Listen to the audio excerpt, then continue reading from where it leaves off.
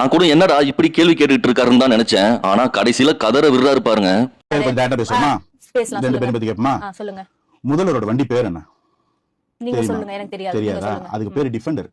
வண்டி விலை 8.5 கோடி ரூபான்னு சொல்றாங்க. சரி. துணை முதல்வரோட வண்டி பேர் என்ன தெரியாது. ம்.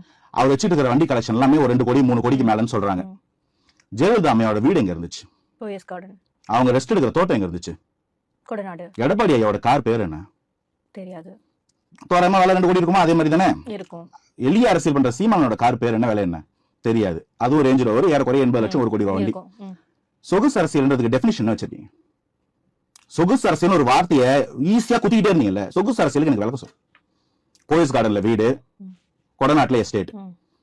ஆழ்வார்பேட்டையில செனட் ஆஃப் ரோட்ல வீடு, சரி, விஜய் சார் என்ன கார் வச்சிருக்காரு? சொந்த காசுல சம்பாதிச்ச காசு,